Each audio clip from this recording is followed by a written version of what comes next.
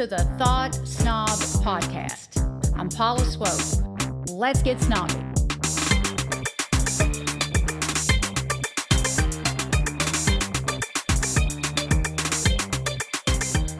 The dating world is insane, and marriage can be challenging. So how do we manage relationships effectively? I sat down with two of my Chopra Center colleagues, Leo and Dr. Melissa Carver, to discuss this so that we could deliver the best relationship advice possible to listeners of the Thought Snob Podcast. You'll learn how to navigate challenges caused by the inherent differences between men and women, and you might reconsider some of your beliefs about gender roles in relationships. Whether you've been married for a short while or a long time, or if you're in your dating era, this episode will provide excellent advice. Knowing how to communicate with men and women is imperative in relationships. You'll learn much about that. So please sit back, relax, and enjoy our candid conversation about making heterosexual relationships work. So many things to talk about with relationships. And I have about 50,000 topics just floating around in my head. There are keys to making a marriage work. And I think that it starts before you even get married, because both people have to be on the same page, even if they have totally different personalities. Like, your intentions have to be good and they have to be right. Like, anybody that gets married for the wrong reasons, and there could be a lot of wrong reasons, the relationship is never going to work. No, I think most people get married for the wrong reasons. I do too. Because they don't even know what the right reasons are. Right. It's not always intentional. You're right. But they think, that's what I'm supposed to do. Mm-hmm. This is the next step. Or this is as good as it's going to get. Mm-hmm. I know, especially for, I don't know about men, I'm not going to speak on you all, but for women, I've heard so many women say, you're just going to have to put up with it. Or that's just guys. Or the whole boys will be boys. No, that is not true. And then when you get in a good relationship, what I've heard a lot is, oh, you're so lucky. That pisses me off. I don't like that either. It pisses me off. I was called a kept woman a while back. Oh, wow. Wow. If they only knew how many hours you work, that's, wow. A kept woman. But because you don't go to a 9 to 5, was that their assumption? I don't know what they meant by that, because this person knows that I've always worked. So I didn't really get that comment. It really threw me off to the point that I didn't say anything in the moment because it can take me a minute to process things. I was like, what do they mean by that? And it stayed in my head. And I still don't really know what they mean, because they know that I've always worked. So I don't really know where that came from. I don't know. I mean, generally a kept woman, I think, would mean financially, but it doesn't have to, I guess. I don't know, but I've thought about that. And, or maybe, I don't know, maybe they assumed that maybe what I do isn't work. I don't know. I got news. It's a lot of work. But yeah, you're right. People, a lot of people do get married for the wrong reasons, and I think it can be like even unconscious or subconscious. I mean, I used to be friends with somebody, and she's on her 7th marriage. Yeah. 7th. Yeah. I know when Leo and I met, he was actually engaged. Really? Yeah. Do tell. And how long have you all been together? In February, we'll be 20 years married. Okay. But 22 as of February, right? 22 together. So you dated 2 years before you got married? Almost. Will and I did too. Yeah, of course, change. A year, yeah. Whoever is watching or listening, my husband is back in his sound booth. And so he's just listening as we talk. But we dated for 2 years, about 2 years and a half before we got married too. Mm-hmm. It's a good time frame. Kind of fill people out. So why were you still engaged even though you didn't really want to marry that person? That's a good question. I mean, it's a loaded answer, really. But I think mainly it was programming and expectations. Mm-hmm. You know. He had been with her since they were teenagers. Oh. So And their families were friends. Well, there like, you go. so their moms were friends. And that was just like the next thing, right? That's what you're supposed to do because we've been in this relationship for X amount of years, whatever years that is to a person. Like, I really find it interesting that so many women want to get married, and then when the man doesn't, they'll break up. That is mind-boggling to me because too. if you want to be with that person, why the fuck are you breaking up with them? Because they're not ready for whatever that marriage word is to them. It has nothing to do with you if you're still together, right? Right? There's something else. So why not work through whatever that is? Right. I think it's the feeling of rejection, whether it's actual rejection or not. You know, it's like the feeling of like I put myself out there, and you said no. Right. You know, But there's it doesn't have to ruin it, but if they're still with them, right, exactly. That's what I'm saying. It doesn't have to ruin the situation, but if somebody takes that a certain way, I mean, it's kind of. I don't know how that changes the relationship. Really, I wanted to get married. I actually proposed to Leo. Did you really? She did. I did. But if he would have said no, it wouldn't have been a deal breaker. Like, all right, cool. That's just not where we are right now. Right. It might be how people say no to, you know. I mean, I guess, but It's expectations Yeah, exactly. for how someone should act. yeah. That's always a killer in relationships. I also think it's the vision of what other people want. Oh God, yeah. Right, That's why like- people have these big weddings. Yeah. I didn't want a big wedding. Me either. We eloped. We did too, kind of. Like it was just us. We went to Hawaii and got married. I didn't want. It was my first marriage. It was his second, and I didn't. My family would have ruined it. I couldn't have all them under one roof. There's no freaking way. They would have absolutely destroyed it. There would have been a drunk fight, guns pulled. I mean, it would have been a total disaster. I've been to those weddings. I'm telling. I mean, they're entertaining to watch from the pew. I'm sure now when it's you, right? Ooh, but I just didn't want it to be me. So we did too. Really, I mean, we told people we were getting married, but it was just the two of us. So where did you all go? Well, it kind of. Santa Fe, New Mexico. We did. Oh, that's cool. Santa Fe. But it was also a little bit of an accident of like the exact location. Like we knew we were going to get married. We just didn't know exactly when. So we had the rings. And we're like, okay, so like when it's right, we'll just do it. And we knew we were going to go to New Mexico and probably get married, but it wasn't 100% certain because also one of my best friends, who's like my brother, was supposed to be with us. And he was going to like be the best man and just be like, he was going to be the only other person there and hang out with us. And he ended up he went to prison for 15 years. Oh, I'll just tell you what happened. Shit. So, yeah. So while So much for that. I was calling him like, That was where a are buzzkill. you? We're getting ready to leave, right? He's not calling me back because they also wouldn't let him make phone calls. Anyway, we get to New Mexico and we're like, all right, well, maybe let's just scout it out. So neither of us are Catholic. We're never Catholic. Leo was in the church for a little while, but I have never gone to church. We end up getting married in a Catholic cathedral. I know. So I have to tell you this story too. Well, Because they're pretty. Not Those just are any pretty, cathedral. pretty places, though. Well, Well, this one's special.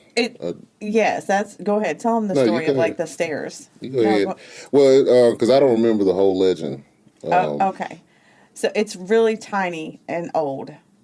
And we were just out scoping places, right? So we go in and they tell us the story and we're reading the literature. So the story goes that these nuns were looking for someone to build a spiral staircase, basically straight up to this loft area that they had. They needed that space because, again, it was really tiny. So they had all these contractors come through. Everyone told them, no, that's going to be impossible to build that in that area. So fast forward however many months and however many contractors, this guy comes by. Hey, I'm looking for work. Do you all have anything? Yeah. Can you build this stairwell? He's like, yeah, absolutely. So he builds this stairwell with no screws. No metal whatsoever. Yeah, no metal. Wood pegs, no support, none of that. Yeah, there's no A spiral staircase. completely straight up. Oh my God. Okay. The church burns The staircase survives. What? Oh, and the part you leaving out is that the stranger is a mysterious stranger. It was one of those stories where he came into town, did this for them, and then like left. And there was no record of exactly who this was. Yeah. Nothing. So of course there's legends that this was some kind of angel, some kind of whatever figure. But so it's very interesting. It's the Laredo Chapel in Santa Fe, New Mexico. If Yes. anyone wants to look it up. Yeah, The it was very Laredo interesting. Chapel. Yeah. Yeah. Wow. And you only to this day you can only stand on that staircase if you get married there. Really? Yeah, so they can preserve it. But it's been featured in like documentaries and stuff, like they've tried to explain how this was engineered, and it's some kind of spiral technology. It just stands there. Today, architects and engineers say this staircase doesn't make sense. It should have immediately crumbled down. Well, you would think. But it's been there for, I can't remember exactly, but a few hundred years, I'd say, at this point. I've got cold chills. That is crazy. Yeah, right. So we just lucked up and ended up getting married there, of all places. Everything about our relationship has been mystical, I would say. I knew I was going to marry him before I knew his name. Told my friend I was going to marry him. And then later, after we were together, I remembered that I had a dream of him standing in my bathroom before I met him. Oh, I think I remember you saying something about that to me once before. And he looked like Leo, like in your dream? Yes. Because, dreams can be, like, distorted. Yes. No, he looked just like Leo. Wow. And Leo was bald at the time. He shaved his head. That is so crazy. How long was it before you met him after you had the dream? I really don't know. I'm really, really bad with time and how long things have been. But I'm going to guess about a year. I think that was the reason I asked, is that was probably some I don't know if you call it synchronicity, but definitely a sign. So when you guys met, were there circumstances that maybe I don't know, you just came together against all odds? Probably. To some degree, yeah, you can say that. Yeah. And I don't really know how else we would have met if it wasn't for the specific circumstances either. Because that was the case with me and Will. Yeah. I mean, I think the universe would have put us together and made it happen however that was going to be. But the way it happened, I would say it was pretty great. If it's meant to happen, it does, I think. But going back to getting into those relationships that you don't belong in, you have to stay out of those to have these types of experiences because you're blocking your own blessing by staying with this person that you don't belong with. It's funny how many people don't get that. No, they don't.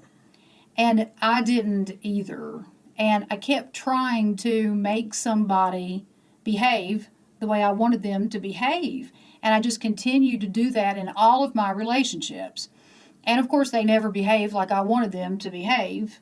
And I was teaching them how to treat me, and then had the audacity to be like, oh God, why this happen to me again? Take that woe is me shit. And so I had been single for a really long time and living by myself. And I hadn't been around with anybody, period, when I met Will. Yeah. And I wasn't even thinking about meeting anybody. Me either. I mean, obviously, I just told you Leo was engaged when we met. But for myself, no. I had no desire to be in a serious relationship. I had no desire to have any more children. Had my oldest when I was 16. At that point, I was like, no, he's already halfway there, to being grown. And it's literally as soon as I saw Leo, I said, oh, well, there we go. I'm going to marry him and have kids with him. My friend was like, bitch, are you drunk? No, I'm serious. Here we are. Yeah. But no one thought we would make it. I mean, you're talking about the stripper and the rapper. What?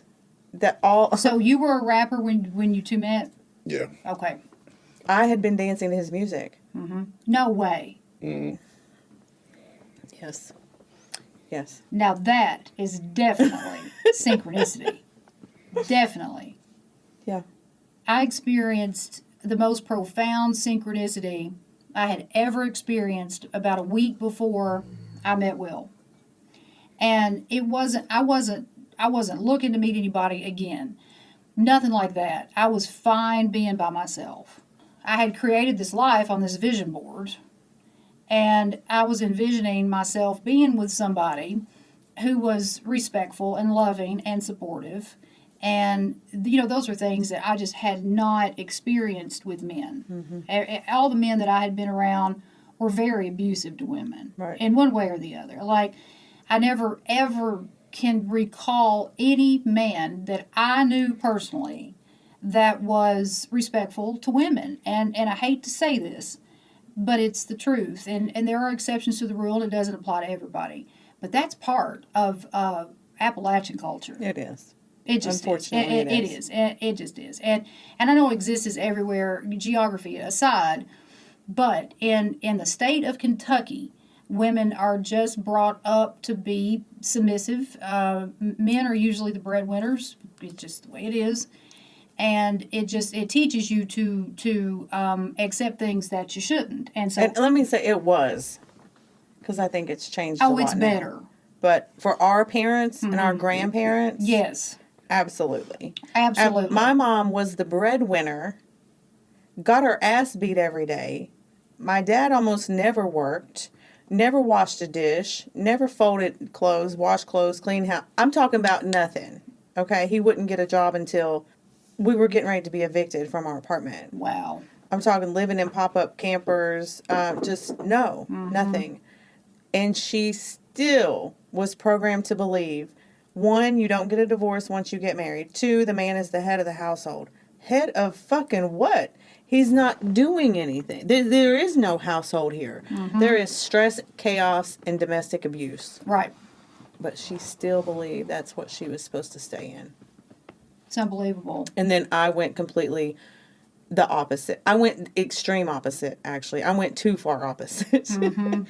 And I learned that once Leo and I got together, because Leo is very nurturing and calm and kind. And that taught me that I don't have to be aggressive. And I don't have to be demanding. Because when someone loves you, they're going to do those things and be nice to you without that, that friction. Right.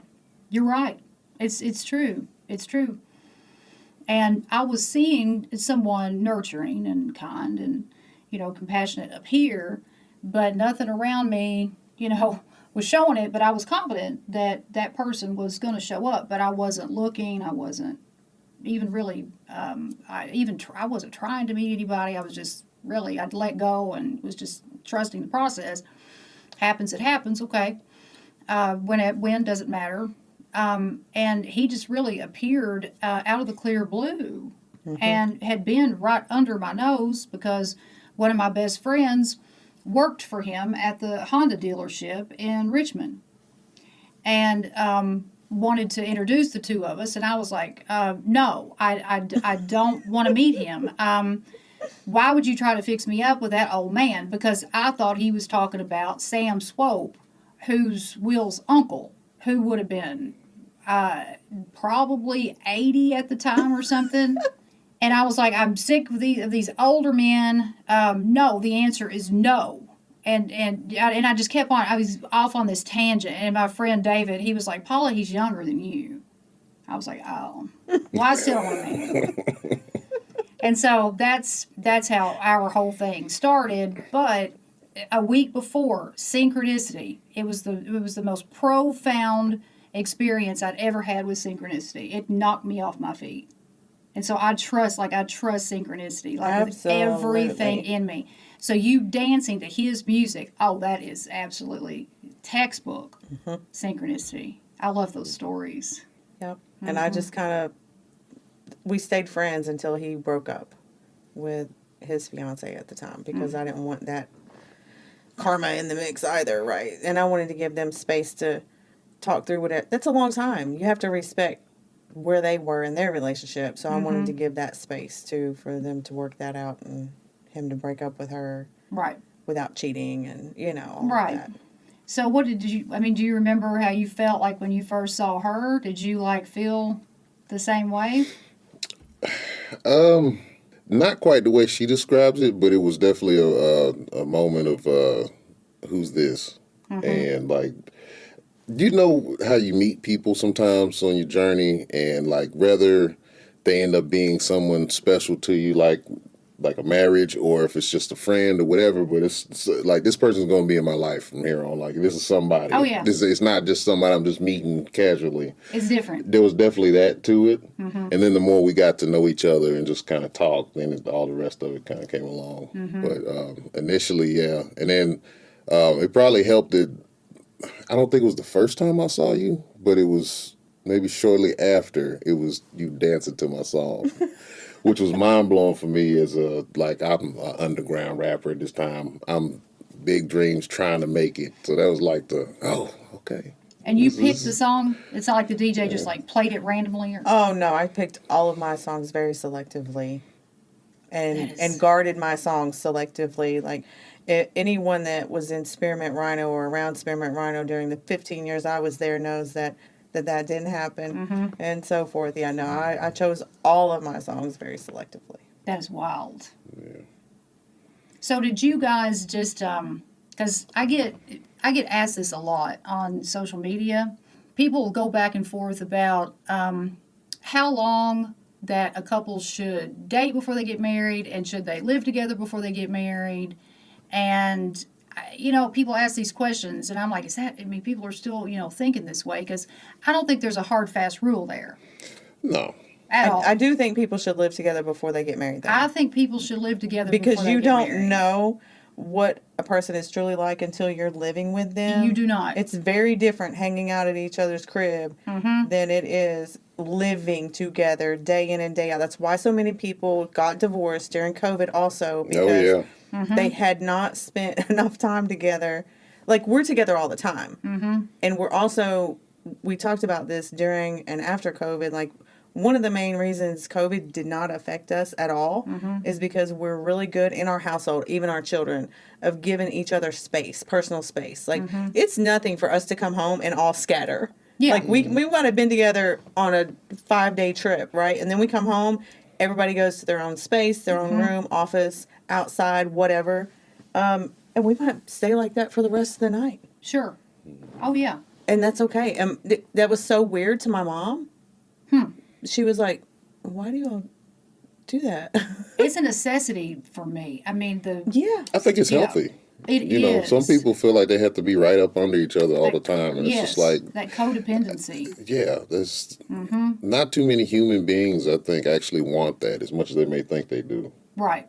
And if they do want it, then I think that there's something there that's missing. Maybe they don't know themselves, they haven't found who they really are, or something. Right, and like you're saying, the codependency, or also you're just getting those. I think a lot of people at home, they're not really conscious when they are together. Right. If that makes sense. Like, they're just sitting there anyway, scrolling dead on their phone, like the dead scroll. You're not really looking at anything. Yeah. And that's not quality time. It's not. And then we're guilty of doing it too, but at times. When you're together for a long period of time, now you actually do have to talk. Right. Which is what causes a lot of the breakups. What are you going to do when the phone isn't there? Or you've scrolled on the phone during COVID for 5 days straight and it's bored you to death. So, right. Yeah. They end up arguing. Yeah, I think it's a good idea for people to live together before they get married, because that really is the only way that you can get to know somebody. And when you get married, I believe this, maybe other people don't, but it's no longer, it's like one life. I mean, you are combining your life with another person. That's a big deal. That's a big fucking deal. You're moving as a unit now. You're moving as a unit. It's not just you. And sure, I mean, you're still gonna make, some of your own decisions and stuff, but people get into relationships, and I don't think they really take that into consideration. And that's a huge deal, because you have to be mature enough and emotionally intelligent enough to make decisions with another human being. And men and women, I'm just talking about heterosexual relationships here. Men and women, we think differently. Left brain, right brain. Men don't process information like we do. Not at all. And I didn't realize like the magnitude of those differences until the first year that we lived together. And it is a huge difference in the way we think. And I think, and that's not to say one's better than the other No. or whatever, but it is very different. it's very different. It's very different. And not that anybody's right or wrong. That's just the way it is. And that's something that I wish that someone had told me when I was younger. But they don't tell you this shit. Most of them don't take the time to stop and know it for themselves either. That's right. It'd probably save a lot of relationships. Like if people went into it understanding that, like, okay, I'm going to see things slightly different from their partner or whatever, and like you know, have some kind of grace around that. You know, but people just they go right at each other right away because of that difference in perspective. I wonder sometimes that's just not how it's supposed to be. In some kind of, you know, like we're trying to make things better as far as relationships and the way people come together. But then I think sometimes things play out the way they're supposed to. Meaning like a couple who starts to go through those things, maybe they're actually not supposed to be together. And then there's other reasons why they just kind of came together too. Maybe some of these preconceived notions of what a relationship's supposed to be. Maybe they think they're supposed to be with the person, but they really weren't. That's their learning relationship. Exactly. We have to have those learning relationships. Yeah, because Yes. you'll see like things start to pull people apart, and there's really no catalyst for it, no real reason. It's just like That's one day right. things start to change. It's You're like, right. well, what's that from? You know? And when you're in a relationship that you aren't supposed to be in, boy, do you get signs. They Right. are everywhere. Either, I don't know, they have a friend that you just don't like, or it's just there are a lot of signs. Nothing goes the way you want it to go, from start to finish. Nothing ever goes But the way too you many want it people to try go. to force that Yes. That's kind of where I was and going. stay there Yeah. anyway. Yes. Going back to like my mom's situation, they make excuses for the other person or tell themselves they're not trying hard enough or whatever the case is. Right. But no, sometimes that's your phase. You're not supposed to stay there. This wasn't a lifer. They'll push you out. Yeah, this was Yeah. a learning situation. Not everyone is meant to stay in our life forever. And you know, Right. once you get to like the one, if you go back and you really analyze every relationship you've ever had, I'm going to do a little shameless plug here, but I have a free article online on sexual aura cleanse, and I highly recommend this for every single person. And it is cleansing out the aura of every person you've had sex with. But one of the things that I love the most about it is the healing and the self-awareness that comes along with it. Because you see where you were in each phase and how each relationship helped you for the next one. Is it like an energy transfer thing? Like you pick up someone's energy when you have sex with them? Absolutely. Okay. Absolutely. But the questions that I offer in this article are more on the psychological and emotional and mental health side. It's like analyzing that energy. Yes, you're exchange. analyzing why were you in that energetic space and why did you attract this energetic person? Well, how did the two of you end up aligning and getting together? And how did this affect you? And how did you change? What did you learn from it? Because each relationship changes us. It does. And that can be for the positive or the negative or both. Right? Like that's why people are always like, oh, I'll never do that again. I'll never trust someone like that, or I'll never love someone that deeply again. And then they often stick to that, right? They carry that on with them. So then they become the person that's often hurting the other person in the relationship because that resentment and anger is still there. It hasn't been worked through. They didn't get the lesson. They just took the negative from it. I was a total energetic match for anybody I ever dated. And that's something that in the early stages of my self-empowerment work or my spiritual journey or whatever the hell you want to call it, that's one of the first things that I had to admit. And it's something I hadn't thought about before. All those relationships that I was in, yeah, those men were all abusive. But I was abusive in my own way. Right. I mean, I was self-sabotaging me. I didn't have any self-esteem. I didn't have any confidence. I did not deep down believe that I deserved any better. And it wasn't even, yeah, sure, it was subconscious, but consciously, I didn't believe that I deserved any better. I did not. And it's because I grew up around women who, that's what they believed. They never got what they wanted. None of them. Right. See, I was the extreme opposite of that. I'm often overly confident. And I never was. Yeah. I often am. And I'm not talking about my looks. I'm talking about what I deserve out of life and who I deserve to surround myself with. But I think a lot of that comes from the trauma and living around the trauma and being the outsider of that and seeing, like, how could you not see that to the other person, right? Like, how do you not know that you deserve so much better than this, that no one deserves to go through this? Like, if I can't have this, then I'll just be by myself. Right. Like, just forget it. That's why it pisses me off when people say, oh, you're so lucky to have Leo. No, I'm not lucky, because I did the work. I waited. It's not luck. I knew exactly. That's not luck. I didn't just stumble upon him.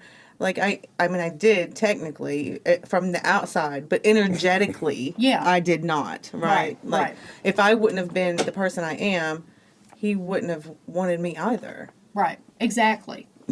Exactly. And when I was in my 20s, and I was in all these stupid relationships, and I would think, I would think to myself, why don't I have somebody like, so-and-so or so-and-so, I'd see these healthy relationships and, these women being, catered to in a way and just, respected and stuff. I would see that, from here and there, even if it was on television. And I've always been a people watcher, and I would compare, like, my life and other people's lives, be like, why is this that way? And so I was always trying to figure things out. And when I dug right down, to the core of it, someone like who Will is today, that would have been like a fart in a whirlwind if we would have met when I was in my 20s. Because he wouldn't have wanted anything to do with me. There's no way. Yeah, and I feel the same about, like, Leo. Like, if I would have met him when I was 20, no. Different story. I was far too aggressive. For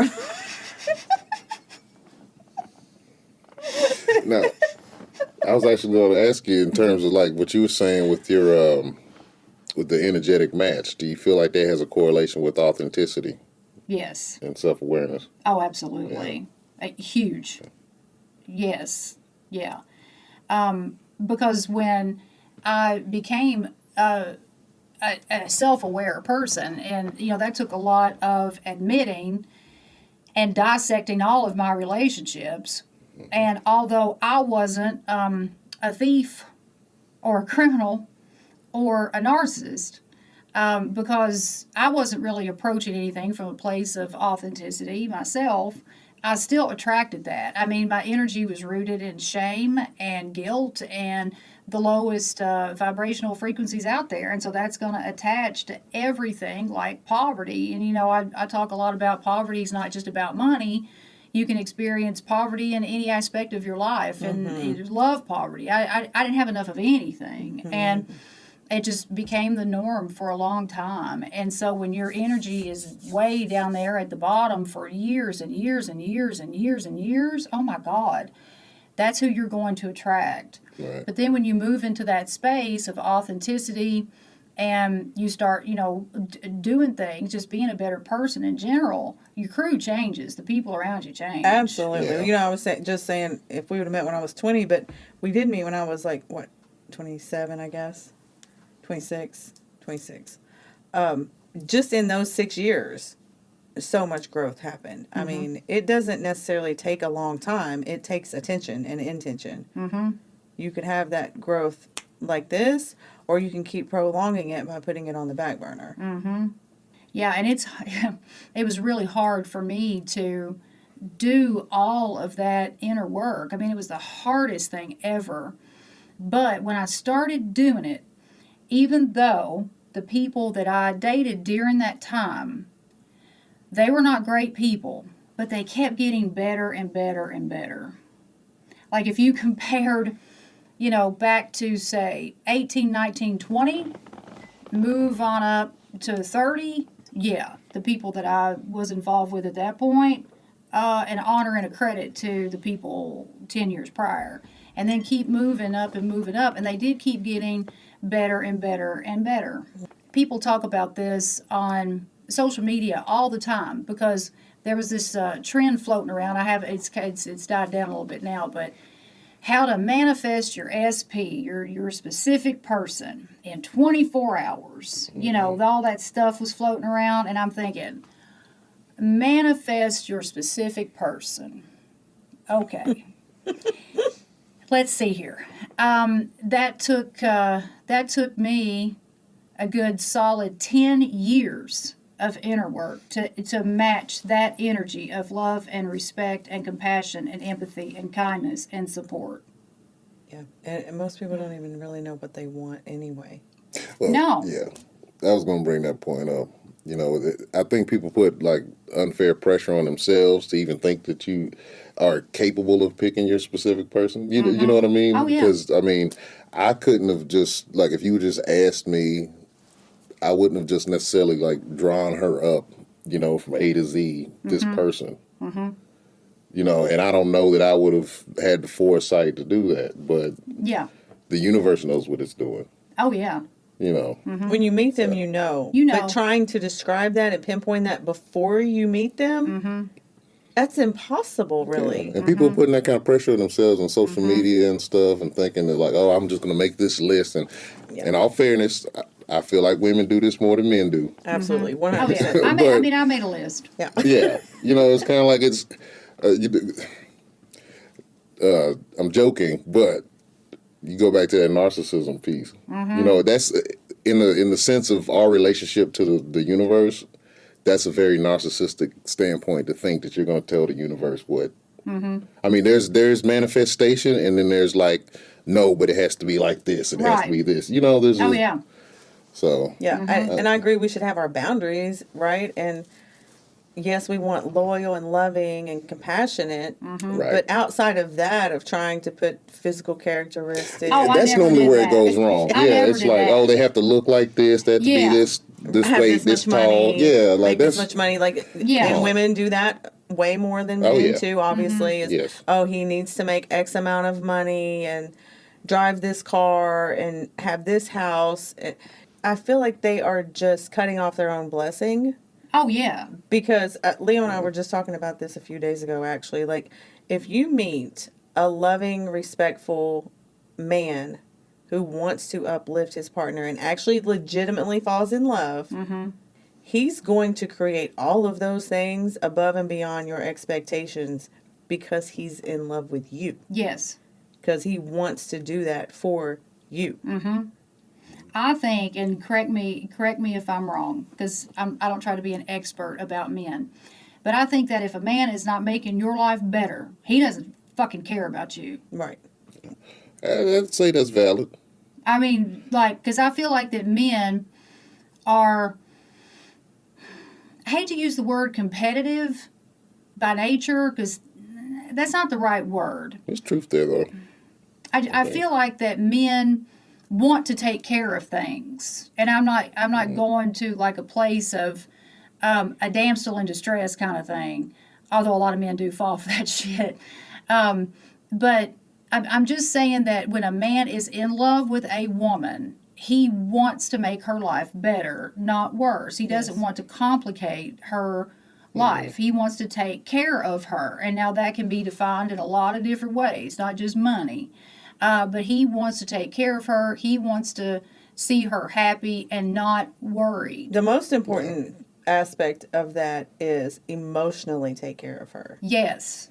Protect her feelings, her heart. Don't be out here talking to other females, entertaining. Once you've committed, right? Like, I'm not talking about in the dating stage or whatever, but Right. once you've committed, then, right, that's the real protector. Yes. I think often it's, oh, the man is the protector is looked at in a physical sense, but I look at it more as a nurturing, emotional standpoint. And that's what I wanted. Like, that's what was on my list. Yeah. Not car, Right. Not We could buy our own cars. Like, have you met Yeah. us? Like, we Yeah. didn't care. I I mean, didn't care about that. I did not care Not about at that. I wanted somebody who could grow with me. There was a lifestyle that I had in mind. I wanted somebody who was on the same page with that, as far as my definition of success, which is all sorts of things. Right. But when a couple is meant to be together and it's the right thing, I go back to what I was trying to say earlier, and I don't think I got that out quite well. But things go the way they're supposed to go. And with Will and I, he and I have created so much together that it will blow your mind. And we have played off of each other's strengths and weaknesses. And he's shown me a whole other way to look at things and vice versa. Like when I met him, he was working at his family's car dealership, and that's what he'd always done. And it's not that he was necessarily unhappy doing that, but his wheels were turning about owning his time. Right. Because he was sequestered in a building. And a car dealership at any stage, I would say never worked in one, but for people I do know is very time consuming. Very. Yeah. And it was just sucking all of his time. And I said, why aren't there, other avenues you could pursue? I mean, you've been in this business long enough. I mean, I know that being inside of a car dealership cannot be the only option. Why don't you just quit? And we weren't even married at that time. And it was just a few months later, after just a chain of events transpired, he ended up being in a position where he could work from home, and the earning potential was unlimited. He would have never considered that if I hadn't pitched it. Right. And I remember when I did it, it was like such a significant moment. It was on the back deck at his family homes at Anna Maria Island in Florida, which the hurricane took out, by the way, about a month ago. But I remember having that conversation, and then a few months went by, and the life that we talked about that he wanted that night, it was forming. It was coming together. Yep. And that's a really good example. And when you're with somebody that you're not supposed to be with, things just they don't happen like that. No, and also that, I think, tell me if I'm wrong here too, because again, I'm not trying to speak for men, but I think when a woman that the man is in love with validates him being able to step outside of what most people would tell him is a bad move, it is just extremely encouraging, and it's a fire under their ass, so to speak, right? Like I have this person to support this and fuel this fire, no matter what these other people are saying. Is that? I'd say so. Yeah, I mean, it's like belief in and support is huge, I think, for most men. When it comes to, like, if you have ambition, you want the person that you're with to support you and believe in you in those ways, even if they don't necessarily have to do anything. It's just that extra voice of advice or guidance, or somebody I can go to and say, hey, you got this, forget what they're talking about. That's big. I think also it's also validating how much you did love him to say quit your job. Oh, because most women would never say just quit your job. I told him to quit. I told him to quit more than once. I've told him to quit a bunch of jobs. Just quit. Yeah. Quit. But how many women would have been just thinking about themselves and what all you can do for me with this job? And like, no, you better stay there. Oh, yeah. And Will and I have both, on that note, started a few businesses. Like, we've always been like really up and down as far as like our income goes. He's been the breadwinner. I've been the breadwinner. It's gone back and forth. It's like there's been a support there. Now, with this whole career that I've started, when I left fundraising, transitioned over into being an author and all the stuff I'm doing now, whoo! Will has been like a driving force behind that. Same. absolutely a say. driving force. Although Like, Leo is an author too, I would say that he's definitely supported me being an author more. Not that I'm not supportive of him, but yeah. his support has meant everything. I wouldn't be Yeah. doing it. Let me rephrase that. I would be doing it, but boy, it'd be a lot harder. Yeah. And it's already been hard enough. But he will truly, his support has made a lot of things possible. A lot of things possible. And it's been that back and forth with us really since the beginning. Really. There was just I don't know, had never trusted anybody really. But I trusted him within the first hour or two. That's the same. It was the oddest damn thing. It's intuition. It's completely intuition. It is absolutely intuition. And I was on my worst behavior the first night we met. What did you do? Now Worst I need behavior. to know. Worst behavior. Because I wasn't taking it seriously. Like, I was not taking it seriously. And I told my friend David, when he made the comment, he's like, Paula, he's younger than you. It's not Sam Swope. It's Will Swope. And he's younger than you, and you've got him mixed up, and he's a really, really nice person, and why don't you just meet him or let him call you or something. I said, yeah, that's another thing. All these men want to do is text. I'm sick of that shit. You give him my phone, or he better not fucking text me. It's bullshit. I mean, it was just. And I said all of that and ended the call with, don't give him my number. 20 minutes went by. He texts me, hey, it's Will Swope. And I was like, God almighty.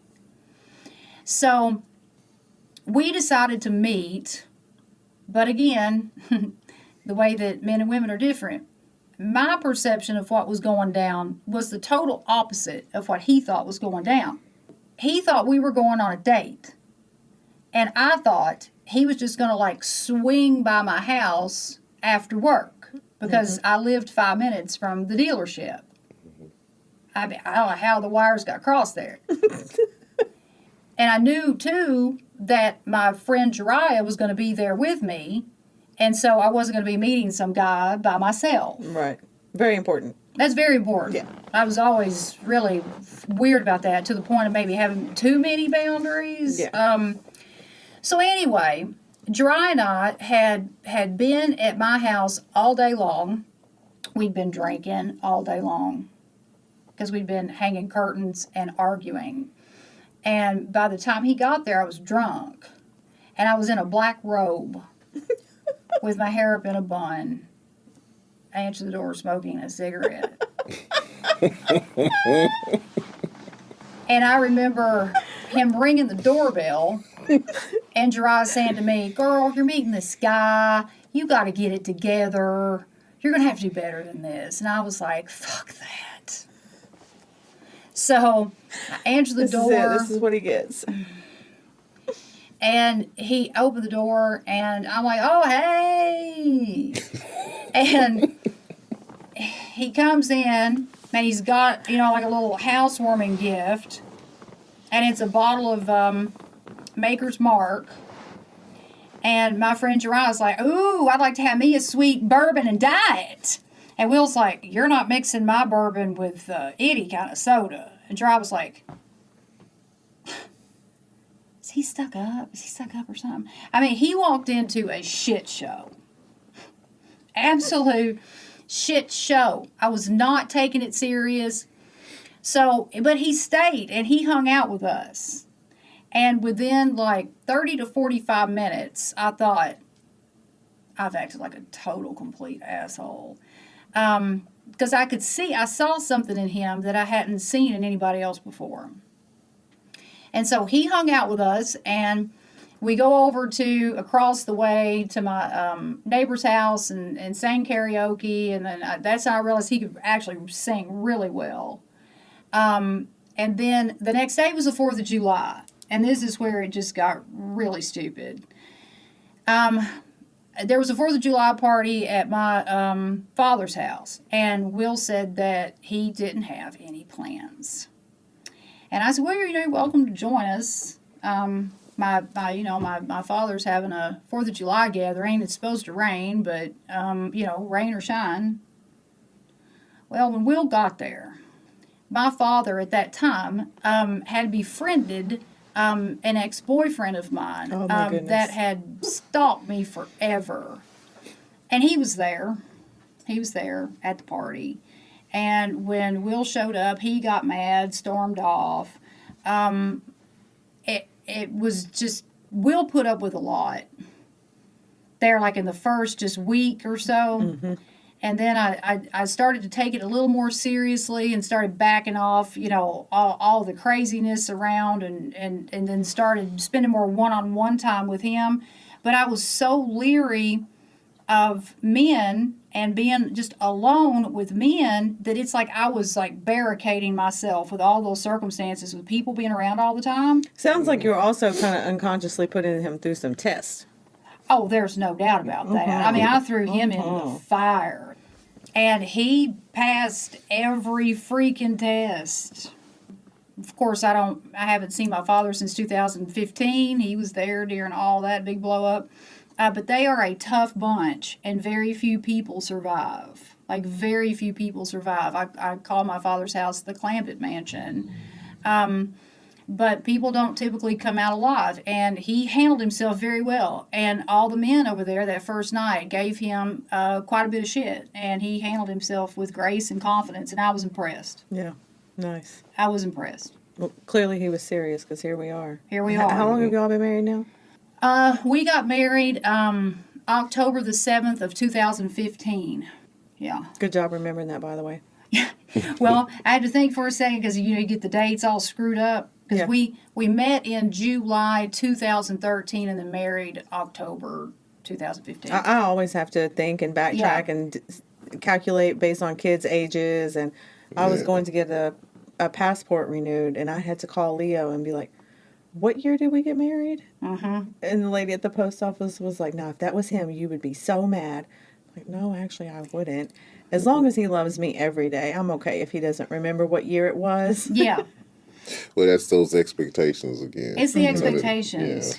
Yeah. And women's expectations and men's expectations, I think, were raised so differently. Like, as a kid, a teenager, what did your vision look like of marriage? What were your expectations?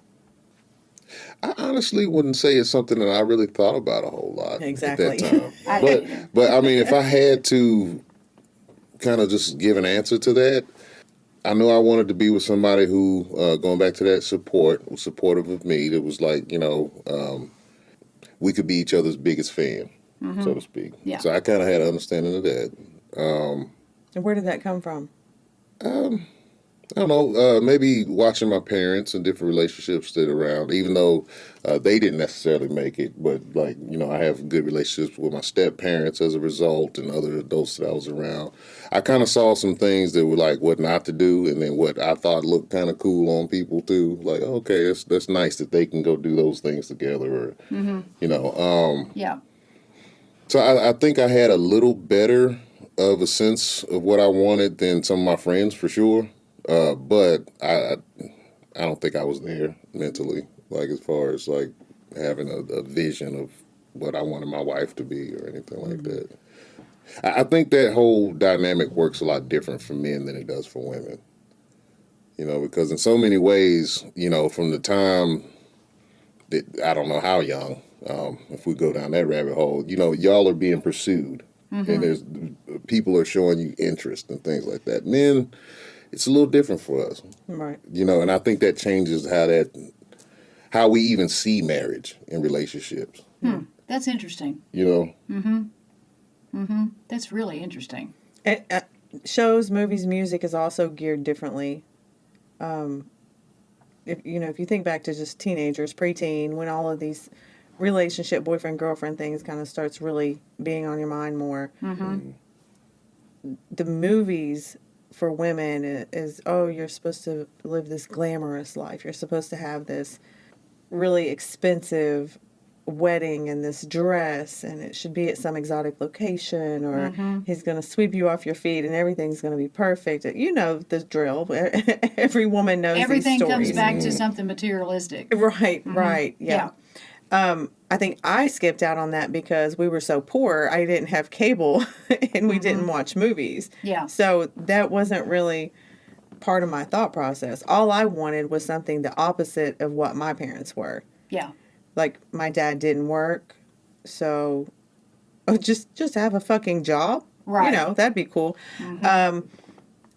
He didn't do anything. And so I went, like I said, I went extreme with that. So, like, when Leo and I first met, I've told this story before, and some of you may have heard it, but one of the things that really just sticks out in my mind that I felt bad for a long time was I was talking to Leo about going to the store, and he didn't want to go to the store, however he worded it.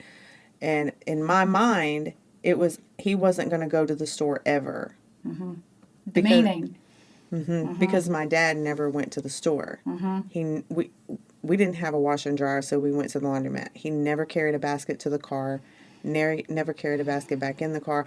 And I'm talking about, I lived in a place where it was 3 flights of stairs, down an alleyway, sometimes across the street, carrying these things. This wasn't just like out the door in the driveway. No, this was a haul with these baskets with me and my mom. And I absolutely lost my mind on Leo because my trauma came back up, and that's all I heard was he never wanted to go to the So, you're going to go to the fucking store. I'm not going to be with somebody that's not going to cook and go to the store and participate in the household and, you know. And then once I calmed down, I realized, oh, he just meant like right that minute, not ever. Not permanently. Yeah. Right.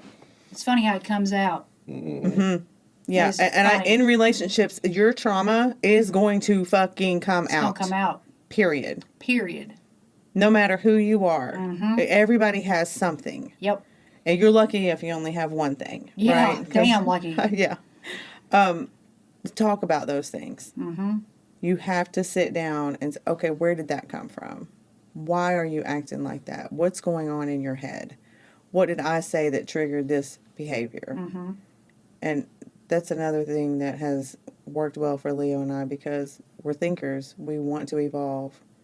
See, I think that goes back to the like what we were all talking about a little while ago in terms of that kind of like you have to evolve to a certain place before the universe even brings those people around you. Because the journey you're going to go on with this person, you have to have some self-awareness for it to work. Yeah. If you don't have any self-awareness and you're not trying to evolve yourself, then it's just rubbing off each other's toxicity. That's right. And then they're just fighting all the time and never talking about anything. Yeah, like I could say that, like, not that our situations, like, not just painted like this fairy tale perfect situation. We're both human beings. You know, human beings make mistakes and go through things. But the hard parts, for most people, have always been easy. Right. And that's kind of how I knew, like like if there's, I don't know, whatever the argument it may be, a lot of people, they can't even come together and talk intelligently about it. You know, especially when emotions are flaring and everything. Right. You know, we can, I don't know. I can't think of too many things we haven't just, even if we're like at each other about it, we can still talk through it because of what you're saying. It's still intelligent conversation. Yeah. Even if I'm like to the rage point. Like, I have always struggled with rage because I grew up in a violent household. Sure. I never wanted to hurt people. Even in my raging moments, I can still think pretty clearly as far as like, okay, what is really making sense here? What is really going on? What am I reacting to? What's he reacting to? I learned how to sometimes just shut the fuck up. That was hard for me when I was younger. Yeah, just shut the fuck up for 5 minutes and actually process what the other... Because I slice you with my tongue in a minute. Yeah. And I'm so much better with that. Now I've kind of lost the desire. Yeah. But Leo, I play off of his energy a lot because he is a calm person. He is. Yeah. Very. I mean, you can feel it even, You can. right? Like, yes. and very. I think that's another thing that's worked really well with us is he calms my flame down. Mm-hmm. And even in those moments where I still have it, now I'm more self-aware in the actual moment, not 3 days from now. Because that's what a lot of people do. They rage out, right? Oh, yeah. And then 3 days, a week, or whatever, when things calm down, they're like, oh, my God, I really did act like an ass. So, yeah, that energy is good for me. Are you a pitta? Times 100, honey. Me too. Yes. Well, I'm a copper pitter. Yeah. So there's times when it's just a lot of pitter energy. Yeah. But I think it in all fairness, with us being who we are, well, all of us in the world we work in and the things we know, that helps with a lot of this stuff too. Because when I'm speaking with other like couples and things, or if we're doing sessions with folks, it's like this realization that everyone's not necessarily on the same wavelength. It does take a certain level of going back to that self-evolution to even arrive at the point where you can have that conversation with somebody or know that, okay, this is me right now. Right. And if you're the person living in that toxic situation, say you are 17 years old and you're living in a violent household, that's a completely different situation than we are in right now, right? Like, yeah, I lived in that situation, right? But now I'm removed from it. But I still have to sometimes remind myself, you don't have to fight now. So if you are living in that, you may want to just take some time to be alone and figure out who you actually are because you've been living in survival mode for so long. Oh yeah. Yeah. There was something that I figured out not too long ago. And it's something that I had always done and did not realize why I did it until I was in one of my Chopra classes. And it's something that just is aggravated Will to pieces. Asking him, like, I'll be making that meaning out of things. Like, and I do have a very, very strong intuition.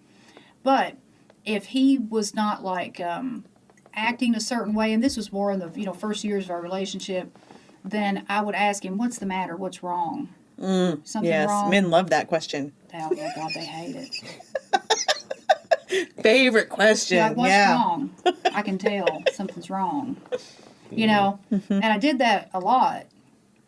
And I remember one day he said, "God damn it! I wish you'd stop asking me that. I'm just being myself." Fine. Okay. So going back to those expectations, you had an expectation there. I did, but it also spawned from something more. I grew up in a very hostile household and with a narcissistic person. Well, real life narcissistic people get bored with your ass. It doesn't matter who you are. If you're their child, their spouse, their best friend, their brother, their sister, they get bored with you. And they abandon you. And if they don't abandon you, then they will move you down the hierarchy like this. And it's like a really noticeable difference in how you're being treated versus how you were up here when you were being love bombed. And parents do that with their kids too. Love bombing is not just for intimate relationships.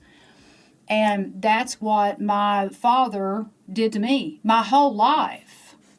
And so I was always trying to step up my game to entertain him and reel him back in. It was like this constant chase. It wore me the fuck out. And I didn't have any knowledge of who I was dealing with there. I had no knowledge of that. And later on in life, when I started educating myself about all this stuff, I was like, oh, shit. So I was in one of my Chopra classes. And somebody started talking about abandonment and narcissism and why people are always asking you, "Are you okay? Is something wrong?" That's what it was. Yeah. Because I was always trying to guess my father's moods. I was always trying to guess his moods. Always. And they were always different. And not always predictable. Right. And when his mood was great, and I was, up here at the top of the hierarchy, I felt great. I was happy. I felt secure. But then an hour could go by, and I get moved down to here, and I've lost all confidence. Right.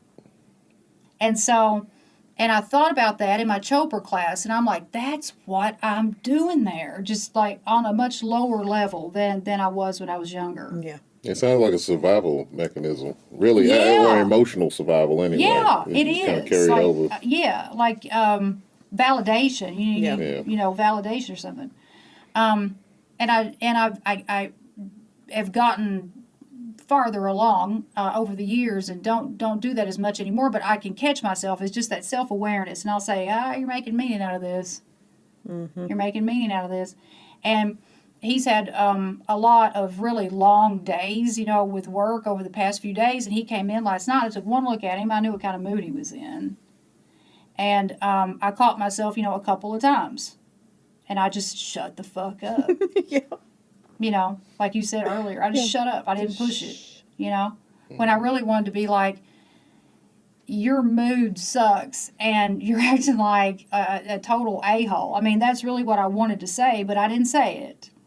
Yeah, because it has nothing to do with you. It didn't have nothing to do with me. Nothing at all. Sometimes asking that question makes it about you. Yeah. Yeah. That's where you get that reaction from. Because Right. I can't obviously speak for all men or anything, but I think in general, just even in conversation, that's not necessarily something that most men do. Mm-hmm. I think that's very much so a male-female trait. As far as like your partner, the way that you were checking in on him, the way that you can feel his energy and everything, the way that even concerns you in that way. Not to say that we don't have that same version of that, but I think it just expresses differently. Yeah. You know what I mean? Mm-hmm. Yeah. What's your favorite way to express that? Probably start trying to help. I knew you were going to say that. I Yeah, was that's just probably curious to see if the way I was work right, that yeah. out. But then the same reaction you got from him, sometimes I can get that from her if she doesn't want my help at that moment, or if I'm like annoying her because I'm trying to help. But that's kind of how I try to do it. I think I'll try to assist because I feel that the same way you felt something was wrong with his energy, I'll start trying to help her with stuff because that's my way of. Will does that too. But, yeah. Yeah. I think it's also healthy for us to be able to tell each other, you're getting on my fucking nerves. It absolutely And not is. take it personal. Yes, not take it personal. Like, we are okay. I can just give him a look and he'll be like, am I getting on your nerves? I'm like, smidge. Yeah, Just vice bit. versa. And then Little we bit. go to our separate corners, or we stop doing whatever it is that we were doing, or we laugh about it and whatever. We end up laughing about it. Will just get on, and it's funny to him, just nitpick, just pick, and it's just he thinks it's funny, and it depends on my mood. Right. Sometimes I don't care, and then other times I'm like, okay. So I think that's another thing that healthy relationships, you got to be aware that everybody's not going to be the same just day to day. It's like things interfere, Right. and, And I your mood's don't have different, to and- always put you on this pedestal. Right. Like, it's okay. I'm allowed to say that you're getting on my fucking nerves. Right. And I still love you exactly the same as I did before I exactly said the it. same. Mm-hmm. And I'm like that with our kids too. Like, I just like, you're on my nerves right now. I'm like, shh. Would you shh for 5 minutes? It's just Yeah. Yeah, and I so many noticed, people are afraid to say that to their partner. Sorry. Yeah. No, I was just gonna say that I think when you like genuinely, I don't know, when a person is acting or asking those questions out of genuine concern, and you don't have that kind of energetic investment in it, then somebody saying something like that to you doesn't hit you as bad. But when you are doing it for your own reasons, then it hurts to get that kind of that kind of reaction. Yeah. Because, like, I'm asking you what's wrong with you because really I'm feeling unfulfilled because you're not paying me attention right now. Right. or because you're not giving me that, that friendly energy or whatever it is that I'm needing. So what's wrong with you?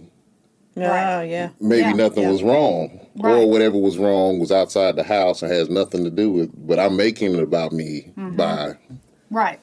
Yeah. You know what I mean? Oh, I yeah. think those are kind of like the knots we kind of get tangled in relationships all the time. Well, okay, you're right, because last night when he got home, and of course, we all know what's happened this week with me, having to have my dog put down, and it's not been a fun time at all. And so when he came in last night and he was in a shitty mood, I would have been too if I'd gotten up as early as he did and put in the hours that he did yesterday.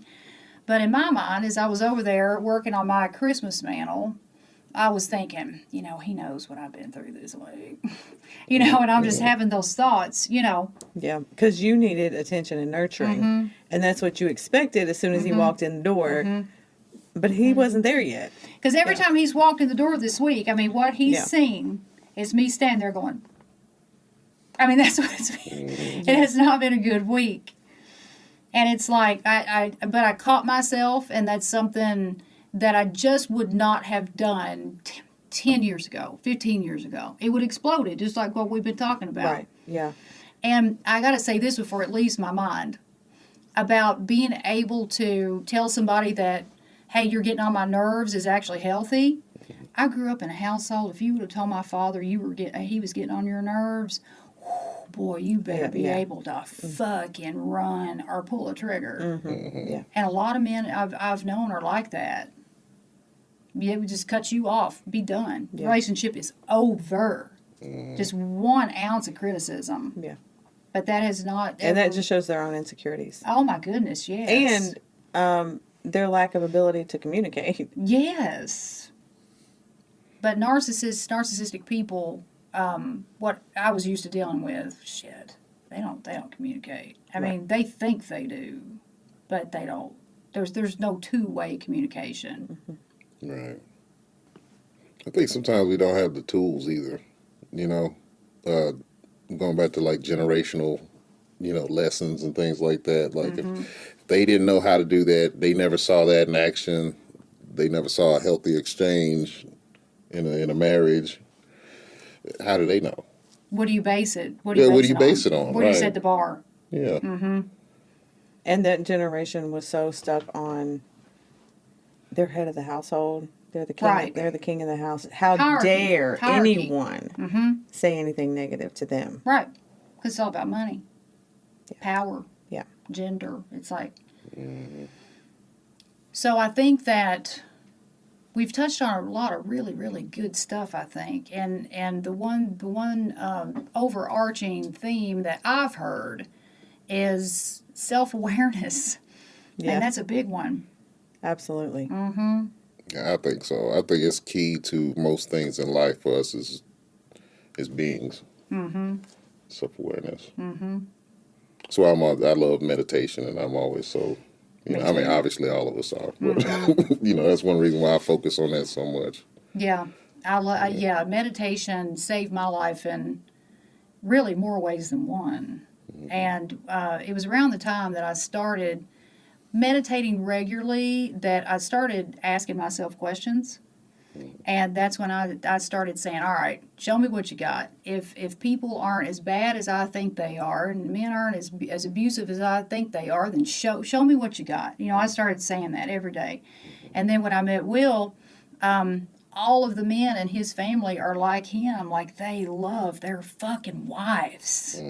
Like, they respect their wives, and they take care of their wives. And so... And I think those men need to be talked about more. They do. Yeah. They do.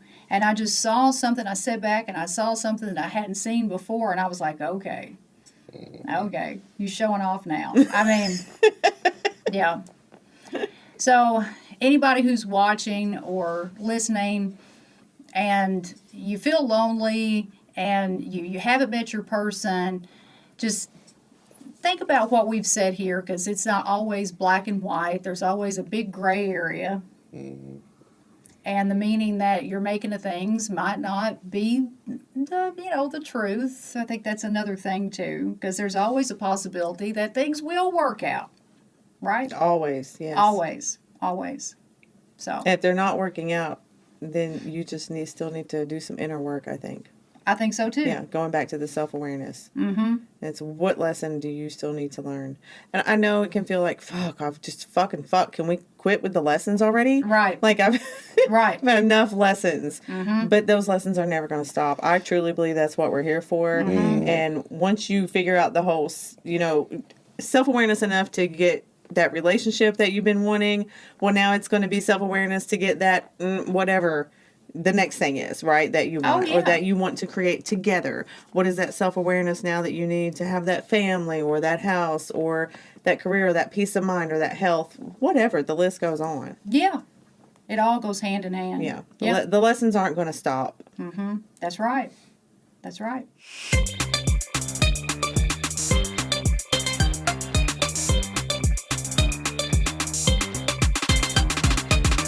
The Thought Snob Podcast with Paula Swope has been brought to you by Thought Snob Media in association with Special Purpose Studios. All production, mixing, and sound engineering by me, Will Swope. We hope you've enjoyed this podcast. Please take a few seconds to give us 5 stars and leave a review. See you on the next Thought Snob Podcast with Paula Swope.